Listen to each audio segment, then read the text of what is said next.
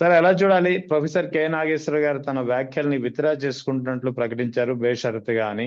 అంటే ఆయనపై ఏదైనా ఆయన భయపెట్టి ఇలాగా చేశారా? లేకపోతే ఆయనపై నమోదవుతున్నటువంటి కేసుల నేపథ్యంలో ఆయనే ఈ నిర్ణయం తీసుకున్నారా? అంటే ఏం చెప్తారు మీరు? సార్, ప్రొఫెసర్ నాగేశ్వరరావు గారు చెప్పిన మాటలు ఇప్పటికీ చెప్తున్నారు సార్. 100% ఆయన వాస్తవాలు లేకపోతే మాట్లాడేటువంటి వ్యక్తి కాదు. ఓకే. కానీ ఈ జనసేన పార్టీ నాయకులు గాని, వాళ్ళ కార్యకర్తలు గాని, వాళ్ళకు ఉండేటువంటి సంస్కారం ఏంటంటే బూతులు మాట్లాడతారు. ఇంట్లో తల్లిని, చెల్లిని, అక్కని ప్రతి ఒక్కరి మీద కూడా బూతులు మాట్లాడుతూ వాళ్ళు వీడియోలు పెట్టడం అంటే సార్, ఒక మంచి కుటుంబం నుంచి వచ్చినటువంటి వ్యక్తులు ఇలాంటి మాటలు తీసుకోలేరు సార్. ఎవరైనా బూతులు తిడితే తీసుకోలేటువంటి పరిస్థితులు లేవు. ఆయన ప్రొఫెసర్. ఆయన చెప్పాడు. అంతకుముందు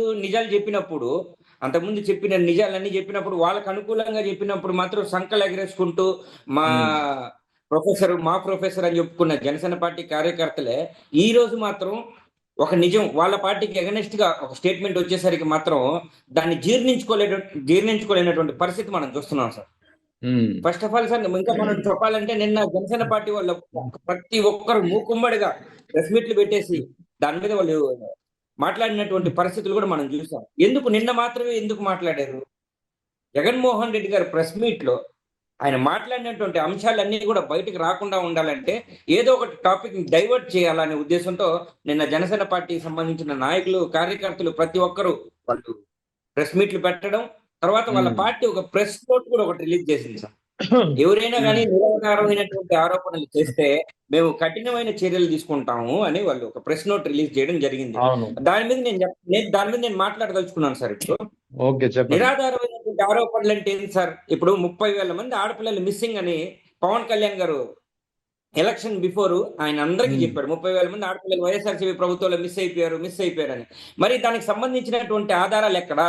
ఎవరో ఒక ఇంటెలిజెన్స్ వ్యక్తి నాకు చెప్పారని ఆయన చెప్పాడు. ఆ ఎవరు ఇంటెలిజెన్స్ వ్యక్తి? కేంద్రం నుంచి ఎవరు చెప్పారు? దానికి సంబంధించిన ఆధారాలు బయట పెట్టాలా? తర్వాత డేటా చోరీ చేశారు. ఆ డేటా చోరీ వల్ల ఈ ఆడపిల్లలంతా దేశాలు దాటి మళ్ళీ చేశారు, మిస్ అయిపోయారని కూడా చెప్పారు. దానికి సంబంధించిన ఆధారాలు బయట పెట్టాలా? ఇవి కదా నిరాధారమైనటువంటి ఆరోపణలు అంటే. అదే విధంగా 4 రోజుల క్రితం వాళ్ళ పార్టీ కార్యాలయంలో జరిగినటువంటి మీటింగ్ లో మాట్లాడుతూ మరొక్కసారి వైఎస్ఆర్సీపీ ప్రభుత్వం వచ్చేస్తే మీ ఇళ్లలో ఆడవాళ్ళని ఉండనివ్వరు, మీ ఆడవాళ్ళ మీద పడతారు, లాగేస్తారు, పెరికేస్తారు, ఏదేదో మాట్లాడాడు సార్. నోటికి వచ్చినట్టు మాట్లాడాడు. ఇట్లాంటి ఘటనలు ఏమైనా గతంలో జరిగాయా? వాటికి సంబంధించిన ఆధారాలు ఏమైనా పవన్ కళ్యాణ్ గారి దగ్గర ఉన్నాయా? ఈ జనసేన పార్టీ ఇచ్చిన స్టేట్మెంట్ ఫస్ట్ ఎవరికి వర్తిస్తుంది అంటే పవన్ కళ్యాణ్ గారి మీద వర్తిస్తుంది. అట్లాంటి కఠినమైన చర్యలు ఏదైనా తీసుకోవాలి న్యాయపరంగా అంటే పవన్ కళ్యాణ్ గారి మీద తీసుకోవాలా? అలా జరగకుండా ఉండాలంటే ఆయన మాట్లాడిన ప్రతి ఒక్క మాటకి ఆధారాలు చూపించాలా? ఈరోజు ఓకే, నాగేశ్వర గారు ఎందుకు ఆయన ఇచ్చిన స్టేట్మెంట్ వెనక్కి తీసుకోవాల్సిన పరిస్థితి? సంస్కారహీనంగా బూతులు మాట్లాడుతూ ఇష్టం వచ్చినట్టు వీళ్ళ కార్యకర్తలు ఎక్కడుంటే ఏ ఊర్లో ఉంటే ఆ ఊర్లో వాళ్ళ చేత కేసులు పెట్టించడం ఏంటి సార్? ఇప్పుడు ఆయన డైరెక్ట్ గా పేరు చెప్పి మాట్లాడారు. నాదెండ్ల మనోహర్ గారి పేరు మెన్షన్ చేశారు. అదేవిధంగా పవన్ కళ్యాణ్ గారి పేరు కూడా మెన్షన్ చేసినారు. మెన్షన్ చేసినప్పుడు మీ ఇద్దరు పోయి కేసు పెట్టచ్చు కదా నాగేశ్వరరావు గారి మీద. అది అబద్ధం అయినప్పుడు అమిత్ షా గారితో మీరు మాట్లాడనే లేదు, అమిత్ షా గారి దగ్గరికి వెళ్ళి మేము జగన్మోహన్ రెడ్డి గారి ప్రస్తావనే తేలేదు అన్న మాట మీరు నిజమైతే మీరు పోయి కేసు పెట్టాలా? నాదెండ్ల మనోహర్ గారు పెట్టచ్చు కదా స్వచ్ఛందంగా వెళ్ళి కేసు.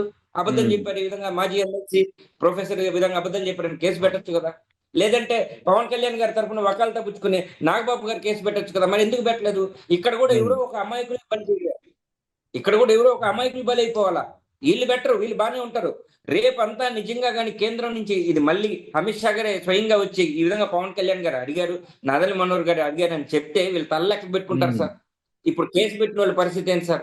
ఇప్పుడు నాగేశ్వరం మీద కేసు పెట్టిన వాళ్ళ పరిస్థితి, సోషల్ మీడియా కేసులు ఆల్రెడీ చల్లవని సుప్రీంకోర్టు చెప్పినప్పటికి కూడా వీళ్ళు కూటమి ప్రభుత్వంలో ఒకే ఒకటి వాళ్ళకి కక్షపూరితమైనటువంటి ధోరణిలో జగన్మోహన్ రెడ్డి గారికి మద్దతు ఇస్తున్నారు. వీళ్ళ నోర్లు మూపించాలా, నిజాలు బయట పెడతారనే ఉద్దేశంతో వాళ్ళు ఈ విధంగా కేసులు కూడా పోలీసులు తీసుకోవడం ఇది అన్యాయం సార్. ప్రొఫెసర్ నాగేశ్వర్ గారిని భయపెట్టే ఈ రకమైనటువంటి పరిస్థితికి తీసుకొచ్చారా?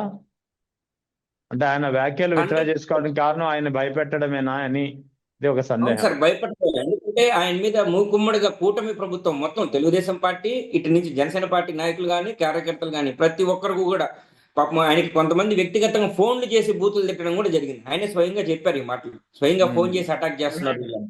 వాళ్ళ గురించి మంచి చెప్పినన్ని రోజులు అంటే ఏది ఎలా ఉంటే అలా మాట్లాడే స్వభావం గల వ్యక్తి నాగేశ్వర గారు. అయినప్పటికీ వీళ్ళు తీసుకోలేకపోతున్నారు. వీళ్ళపై ఏలెత్తి చూపితే మాత్రం వీళ్ళు తీసుకునేటువంటి పరిస్థితులు లేవు. ప్రతి ఒక్క ఆయన అట్లాంటివన్నీ పడకూడదు, మనకెందుకులే ఇవన్నీ అనుకుని భయం అంటే సార్, ఒక మంచి కుటుంబం నుంచి వచ్చిన వ్యక్తులు ప్రతి ఒక్కరికి ఆ భయం ఉంటది సార్. వాళ్ళ ఇంట్లో కుటుంబ వ్యక్తులైనా చెప్పుండొచ్చు, మీకెందుకండి ఇవన్నీ, మీరు అవును. నిజాలు చెప్పినారు, నమ్మే పరిస్థితుల్లో లేరు, మూర్ఖులు, మనకొద్దు ఆ మాటలు వెనక్కి వాళ్ళ ఇంట్లో కుటుంబ సభ్యుల నుంచి అయినా ప్రెషర్ వచ్చి ఉండొచ్చు. ఉమ్. అయితే అంతేగాని ఇక్కడ ఆయన మాత్రం ఆ చెప్పిన అమిత్ షా దగ్గరికి వెళ్ళినటువంటి మాటలు, వీళ్ళు అడిగినటువంటి మాటలు, అవి మాత్రం అబద్ధం అయ్యేటువంటి, అంటే అట్లాంటి అబద్ధ మాటలు చెప్పుంటాడు అంటే మాత్రం నమ్మేటువంటి పరిస్థితిలో లేదు సార్. ఎందుకంటే um. Is a professor. Pawan Kalyan ఈ అంటే పవన్ కళ్యాణ్ పై తన తన వ్యక్తిత్వాన్ని కానీ తన పార్టీని కానీ బదనాం చేసే కార్యక్రమంలో భాగంగా ఇది జరిగింది. ప్రొఫెసర్ నాగేశ్వర్ దీనికి క్షమాపణలు చెప్పాలి అని చెప్పి వీళ్ళు డిమాండ్ చేశారు. దానికి తగ్గట్టు ఆయనపై కేసులు కూడా నమోదు చేయించారు జన సైనికుల చేత. సో మరి ఆ ఈ తీవ్రత కంటే మరి ఇదే నిజమై ఉంటే, అంటే ఇక్కడ ప్రొఫెసర్ కె నాగేశ్వర్ చేసినటువంటి వ్యాఖ్యల ద్వారా జనసేన పార్టీ బదనాం అయి ఉంటే, లేదా జనసేనాని వ్యక్తిత్వం హననం అయి ఉంటే, మరి 2024 ఎన్నికల్లో 30,000 మంది అమ్మాయిలు మిస్ అయ్యారని, ఆ మిస్సింగ్ కూడా వాలంటీర్ల ద్వారా జరిగిందని చెప్పి ఇదే పవన్ కళ్యాణ్ చాలా తీవ్రమైనటువంటి ఆరోపణలు చేయడమే కాకుండా కేంద్ర నిఘా సంస్థను కూడా ఇందులో ఇన్వాల్వ్ చేసినటువంటి పరిస్థితి. సో ఈ ప్రొఫెసర్ నాగేశ్వర్ చేసినటువంటి వ్యాఖ్యల తీవ్రత కంటే అక్కడ అమ్మాయిలపై చేసినటువంటి వ్యాఖ్యల తీవ్రత ఎక్కువ కదా. మరి అటువంటప్పుడు పవన్ కళ్యాణ్ కూడా తన వర్డ్స్ వెనక్కి తీసుకుంటారా లేదా? ఈ కూటమి ప్రభుత్వం ఏర్పడినటువంటి 23 నెలల ప్రభుత్వం హయాంలో ఏ ఒక్క అమ్మాయినైనా, మిస్సింగ్ అయిన అమ్మాయినైనా వెనక్కి తీసుకురాగలిగారా అంటే ఏం చెప్తారు మీరు? సార్, ఇక్కడ జనసేన పార్టీని ఫస్ట్ ఆఫ్ ఆల్ ఎవరు దాన్ని కించపరిచి ఎవరు మాట్లాడటం లేదు సార్. ఆ పార్టీ యొక్క పొరుగు కూడా ఎవరు తీయటం లేదు. ఎవరు తీసుకుంటున్నారంటే స్వయంగా పవన్ కళ్యాణ్ గారే ఆ పార్టీ యొక్క విలువలు కానీ ఆ పార్టీని కించపరిచే విధంగా చేసుకునేది ఆయన ప్రవర్తన మాత్రం. ఆయన ఆ రోజు 30,000 మంది ఆడపిల్లలు మిస్సింగ్ అన్నారు. అది ఒక స్క్రిప్ట్, తెలుగుదేశం పార్టీ ఇచ్చినటువంటి స్క్రిప్ట్ ని తీసుకొచ్చి చదివేశాడు. పాపం ఇలాంటి రోజు వస్తుందని ఆయనకు కూడా తెలిసి ఉండదేమో. రేపు ఈ విధంగా మనల్ని ఎవరైనా అన్నప్పుడు, మనం తిరగబడినప్పుడు ఈ 30,000 మంది ఆడపిల్లల గురించి మనల్ని అడిగితే మనం ఏం సమాధానం చెప్తాం? వాళ్ళందరికీ మనం ఏం చెప్పాలా? మన దగ్గర ఆధారాలు లేవు కదా అన్నది ఆ రోజు ఆలోచించుకొని ఉన్నాడు ఆయన. ఆలోచించుకోకుండా తెలుగుదేశం పార్టీ ఏదైతే స్క్రిప్ట్ ఇచ్చిందో దాన్ని టప చదివేసి వెళ్ళిపోయాడు. ఆ రోజు 30,000 మంది మిస్ అయిపోయారు, డేటా చోరీ అవుతుంది, వాలంటీర్ల ద్వారానే 30,000 మంది అమ్మాయిలు మిస్ అయ్యారు, దీంట్లో కొంతమంది దేశం దాటిచ్చేసింది వైఎస్ఆర్సీపీ ప్రభుత్వాన్ని. బురద జల్లేటువంటి ప్రయత్నాలు చేసింది ఆయనే. ఇప్పుడు ఈ రోజు వాళ్ళ ప్రభుత్వం చెప్తున్నది ఏమని, కఠినమైనటువంటి చర్యలు తీసుకుంటామని. తీసుకుంటే ముందు ఆయన మీద తీసుకుని అక్కడి నుంచి స్టార్ట్ చేయాలా. తర్వాత ఇంకా మీరు అడిగిన దాంట్లో సార్, ఇప్పుడు తెలుగుదేశం పార్టీ యొక్క పాత్ర చాలా ముఖ్యంగా ఎక్కువ ఉంది సార్.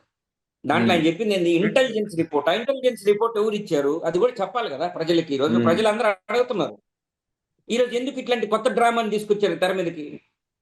ఏ ఒక్క ఏ అంశాన్ని మీరు ఈ రోజు కనుమరుగు చేయాలనుకుంటున్నారు?